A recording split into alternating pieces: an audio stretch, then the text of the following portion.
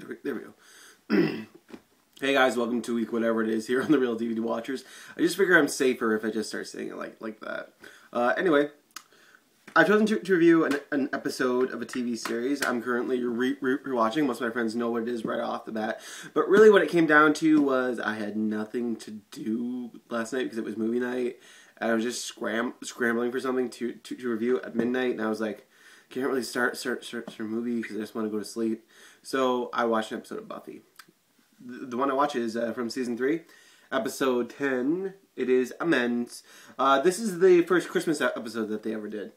And basically what's going on in this one, Angel is now back from the Hell Dimension. And now he's being tortured by what he believes is victims from his past. They're telling him, you know, he needs to die. He needs to kill Buffy. And all this other stuff, and Buffy, you know, is just doing Buffy things, getting geared up for Christmas, you know, and they're still trying to deal with the whole, you know, Xander kissed Buffy and Cordelia got physically and both emotionally hurt when they went to rescue them with Oz, and Oz is still on the fence about Willow, but, you know, he comes back to Willow, and Xander and Cordy, they're pretty much done.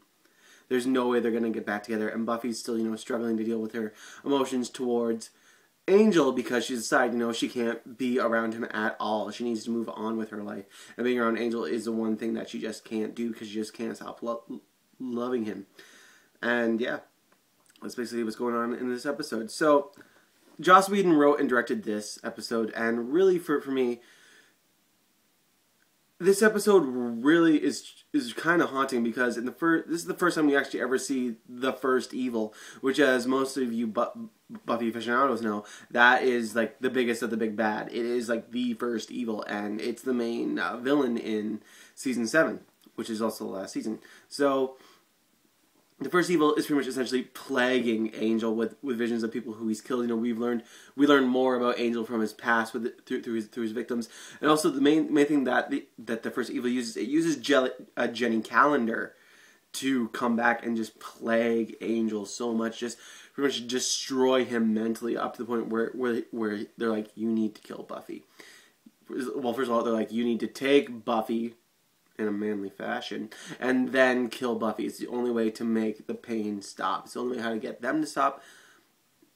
And so, Angel, you know, he's struggling because he loves Buffy, and he's like, I don't want to do this. This is retarded. You can't make me do this. But the first evil is just haunting him so much to the point where he's almost breaking. And so what happens is they find out that there are these harbingers of the first who are pretty much controlling all these projections which Angel is seeing, and thus making him fucking nuts. So Buffy and the Scoobies, you know, they do their best to figure out what it is. They do find what it is. It's not something bad, but Angel is so bent on killing himself because he won't kill Buffy that he goes to meet the sun. And of course Buffy finds out, and then they have like this big tearful, how could you do this to me? I love you, but I can't be with you. It's the only way how we can move on with our lives. And just Angel's like, do you not realize how much this is killing me right now? You know, blah blah blah. And then Buffy has her tearful, don't you realize that I love you, but just you can't do this to me. You can't leave me. So in a way, this episode is really well written. All the stuff with Jenny Calendar and all the voices that plague Angel, all the people that plague Angel, it's just so perfectly well written. Joss Whedon really went after Angel as a character and how fragile his character is. It's really nice to see. And also, you know, I'm not the biggest fan of Oz. I'll admit it. Just because, like, he's so monotone the way how Seth Green plays him. I'm just like, okay, he's there. He's Oz. Granted, he's better than Riley in season 4 and 5, but that's not saying much. I fucking hate Riley. But nonetheless, though, you know, we get to see that Oz has.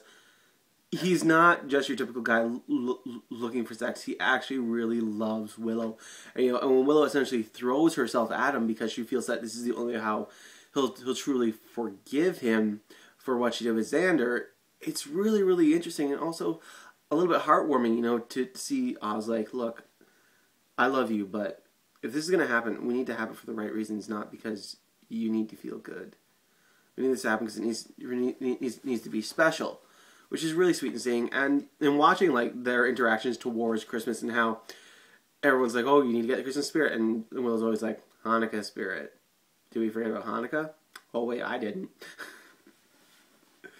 And yeah, and of course, like some of the acting is top notch. But again, other times though, just. But that happens like with a lot of Buffy episodes though sometimes. Good side note though, sorry, bad side note. What the fuck's going on with Sarah Michelle Gellar's hair in that episode? As soon as it came on, I was like, what the fuck is on your head? Ugh, it looked disgusting. Like, ugh.